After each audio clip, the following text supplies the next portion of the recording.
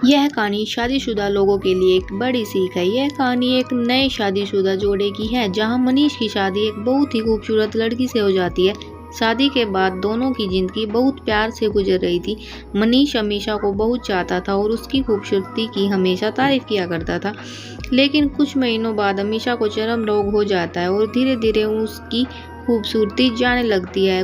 खुद को इस तरह देखकर उसके मन में डर सामने लगा रहता है कि अगर वो बदसूरत हो गई तो मनीष उससे नफरत करने लगेगा और वह उसकी नफरत बर्दाश्त नहीं कर पाएगी। इस बीच एक दिन मनीष को किसी काम से शहर बाहर जाना पड़ा।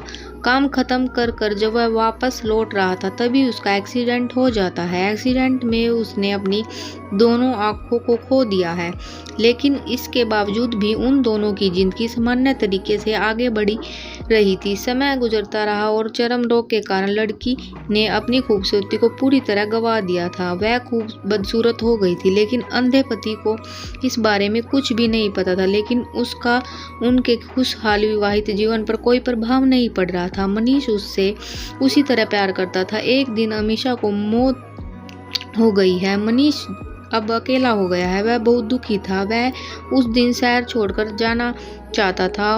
उसने अंतिम संस्कार की सारी क्रियाविधि पूरी की थी और शहर छोड़कर जाने लगा। तभी एक आदमी ने पीछे से उसे पुकारा और पास आकर बोला, अब तुम बिना सहारे के अकेले कैसे चल पाओगे? इतने साल तो तुम्हारी पत्नी तुम्हारी मदद किया करती थी। मनीष ने जवाब दिया, दोस्त, मैं अंधा नहीं हूँ, मैं बस अंधा होने का नाटक कर रहा था। लेकिन यदि मेरी पत्नी को पता चल जाता तो उसकी बदसूरती देख सकता हूँ मैं, तो उसे उसके रोग में ज़्यादा दर्द होता। इसलिए मैंने इतने साल अंधे होने का दिखावा किया था। वह बहुत ही अच्छी पत्नी थी, बस उसे खुश रखना चाहता था। दोस्तों, हमें भी कुछ खुश रहने के लिए एक दिन दूसरे की कमियों को प्रति आंखें बंद कर लेनी चाहिए और उन कमियों को नज़रअंदाज कर देना